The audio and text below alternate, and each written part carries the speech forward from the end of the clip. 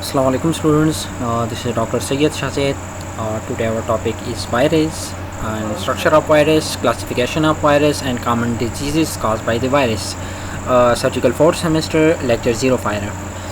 तो आज जो हमने चीज़ें डिस्कस करनी है वो वायरस के बारे में हमने डिस्कस करना है, स्पेशली जिसने आजकल पूरी दुनिया को अपने सर पे उठाया हुआ है, जो कोविड-19 है। ये भी एक किस्म का वायरस है।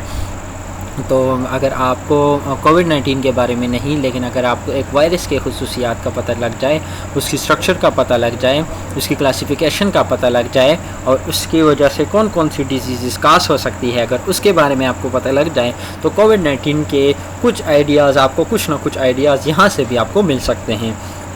तो आज का जो हमारा टॉपिक है वो वायरस पे हम डिटेल में उस पर हम रोशनी डालेंगे। वायरस एक ऐसी चीज़ है जो as a surgical technician, as a surgical जब आप प्रोसीजर्स करते हैं तो उसमें आप अपने आप को वहाँ पे स्टरलाइजेशन करते हैं। तो स्टरलाइजेशन आप इस वजह से ही करते हैं क्योंकि सारे के सारे माइक्रो ऑर्गेनिज़म हर इन्वायरमेंट में पाए जाते हैं। इस वजह से आप स्टरलाइजेशन के प्रोसीजर्स करते हैं। तो ये सारा का सारा जो आप प्रोसीजर्स करते हैं वो इस वजह से ही करते हैं ताकि माइक्रो ऑर्गेनिज़म से आप बच सकें। इस वजह से आपके टॉपिक्स भी माइक्रोबायोलॉजी यहाँ पे इंक्लूड की गई है। तो एक कोट है आप सबके लिए, हदीस शरीफ है कि तौबा कबूल कब होगी? तौबा कबूल होगी, रसूलुल्लाह सल्लल्लाहु अलैहि वसल्लम ने फरमाया, अगर तुम इतने गुनाह कर लो कि तुम्हारे गुनाह आसमान तक पहुँच जाए, मगर उसके बाद तुम तौबा कर लो तो अल्लाह ताला तुम्हारी तौबा कबूल कर लेंगे। इब्न माजा में ये एक हदीस है। हज़रत मोहम्मद सल्लल्लाहु अलैहि वसल्लम फरमाते हैं कि तौबा तब भी कबूल होगी अगर तुम्हारे गुनाह इतने ज़्यादा है कि वो आसमान तक पहुंच जाए। मतलब उनका यहाँ पे आपको ये बताना है, अगर तुम्हारे गुनाह इतने ज़्यादा हो जाए, इतने ज़्यादा हो जाए कि वो आसमान तक पहुँच जाए, आसमान की कोई हद तो नहीं है, लेकिन इतने ज़्यादा हो जाए, इतने ज़्यादा हो जाए, फिर भी अल्लाह ताला आपको माफ़ कर देंगे जब तक तौबा का दरवाज़ा बंद नहीं होता। तो कोशिश करें, तौबा करें। अगर ऐसे हम काम करते हैं तो उससे हम तौबा करें और बेशक अल्लाह माफ़ करने वाला है, लेकिन अगर हम ऐसे काम करें ही क्यों जिससे अल्लाह ताला नाराज़ हो। चलिए अपने टॉपिक पे आते हैं। तो वायरस, आजकल जो आप कोविड-19 को देखते हैं तो वो आप अगर उसकी फ़िगर को देखें, उसकी शक्ल को देखें तो तकरीबन आपको इस तरीके से ही नज़र आता है।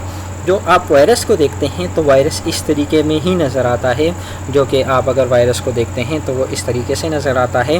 कोविड-19 के अगर स्ट्रक्चर को देखें वो भी इस तरीके से ही है। तो वायरस का जो स्ट्रक्चर होता है वो अगर आप दिखने में उसको देखते हैं तो वो अजीब की तरह होता है, अजीब सी शक्ल का होता है।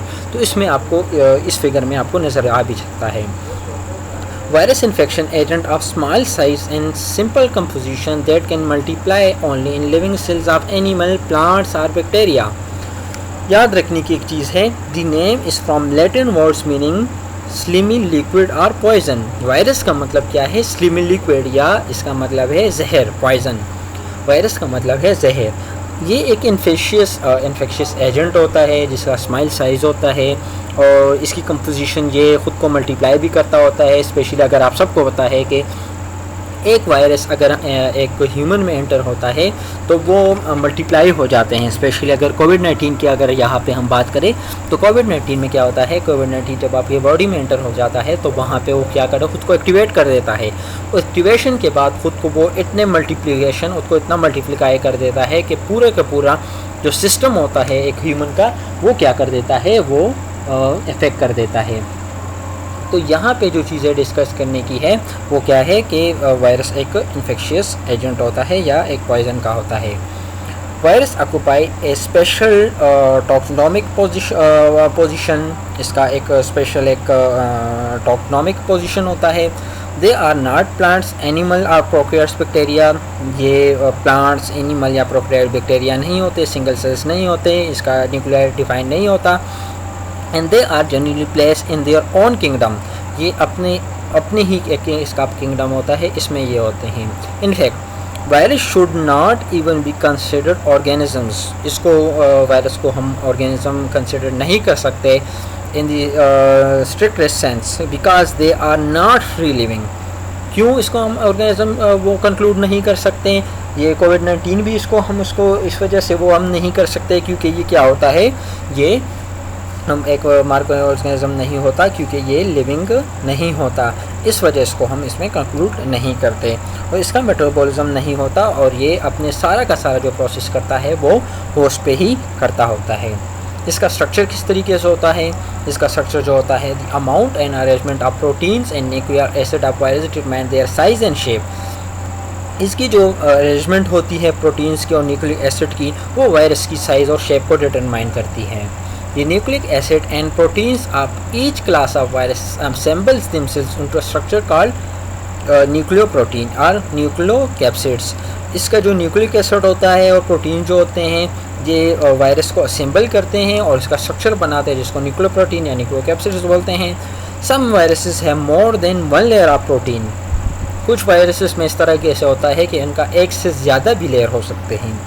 इसमें क्या होता है, न्यूक्लियाई को उसने सराउंड किया हुआ होता है न्यूक्लिक एसिड्स को, और इसमें कुछ लिपोप्रोटीन होते हैं जिसमें इसका एनवेलप बनाया हुआ होता है और इसने ये जब किसी होस्ट पे इफेक्ट करता है तो उसको उसके लिए सराउंड कर देता है। Penetrating the membrane an additional protein that determine the specificity of the virus to the host cells. The protein of nucleic acids constitute have properties unique for each class of virus। इसके अंदर जो protein और nucleic acids होते हैं इसकी properties ही virus को identified करती हैं। When assembled, that determine the size and shape of the virus from specific class। जैसे कि आप सबको पता है, जैसे कोविड-19 है, कोविड-19 भी इसकी अपनी शेप नहीं है, लेकिन जब ये माइक्रो ऑर्गेनिज्म में जाता है ये अपनी शेप वहाँ पे खुद बनाता है। हर एक माइक्रो ऑर्गेनिज्म में इसकी अपनी शेप अलग है।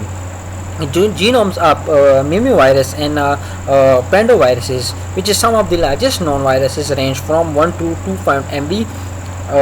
उसको बेस पर आप DNA उसमें बोलते हैं कि जो पेंडो वायरसेस होता है या मिमी वायरस जो होते हैं ये सबसे लार्जेस्ट वायरसेस है जिसकी रेंज इतनी होती है। इसकी क्लासिफिकेशन किस तरीके से हमने की हुई है, जो इसकी कोर क्लासिफिकेशन हमने की हुई है वो RNA DNA पे की है, सिंगल स्ट्रैंड डबल स्ट्रैंड पे हमने की है, लीनियर एंड सर्कुलर पे हमने की है, नॉन सेगमेंटेड और सेगमेंटेड पे हमने की है। जो RNA हमारे पास होता है, RNA वायरसेस जो हमारे पास होते हैं वो रेबिस वायरसेस है या रेट्रो वायरसेस होते हैं। जो DNA के साथ वायरसेस जो हमारे पास आते हैं वो हर्पीस वायरस आते हैं, या स्माइल पास या चिकन पॉक्स जो वायरस हमारे पास आते हैं वो DNA रिलेटेड वायरसेस होते हैं। जो सिंगल स्ट्रैंड वायरसेस होते हैं वो भी यही होते हैं। लीनियर्स में रेबिस पे आ सकते हैं, हेपर वायरसेस, स्मॉल पॉक्स वायरसेस, और जो कि सर्कुलर वायरसेस में हमारे पास आता है वो पेपिलोरी वायरस एंड और भी बहुत सारे बैक्टीरियो बैचेस इसमें आ सकते हैं। Influenza virus and para influenza virus भी नॉन सेगमेंटेड और सेगमेंटेड में क्लासिफिकेशन ऑफ द वायरस में आ सकते हैं। इसकी वजह से जो कॉमन डिजीज़ काज हो सकते हैं वो स्मॉल पॉक्स हैं, मुख्तलिफ़ किस्म के फ्लू भी हो सकते हैं, स्पेशली जो आज का जो कोविड-19 है वो भी इसमें आप इंक्लूड कर सकते हैं। मीज़ल्स जो हमारे पास आते हैं, मम्स जो होते हैं, रुबेला वायरस आता है, चिकन पॉक्स एंड शिंगल्स ये किस्म के एक वायरसेस होते हैं।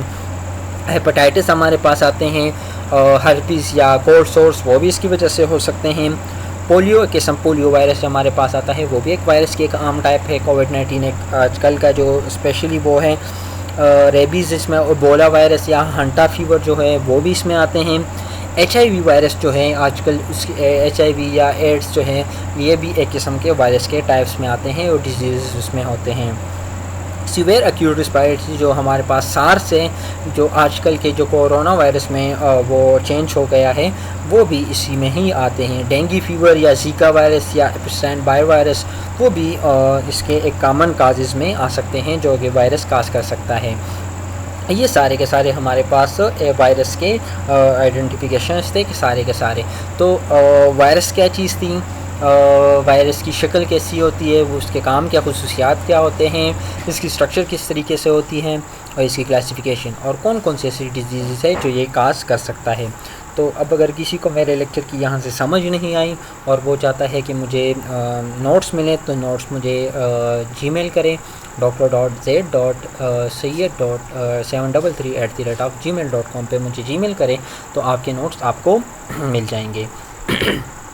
कोशिश करें कि अपने हर एक टॉपिक से MCQs बनाएं और या नोट्स डाउनलोड करके उससे MCQs बनाएं और अंडरलाइन करें या MCQs बना के अपने पास सेव कर लिया करें। तो इससे ये होगा कि आपको इंशाल्लाह फाइनल में आसानी होगी। थैंक यू, अपना ख्याल रखें, अल्लाह।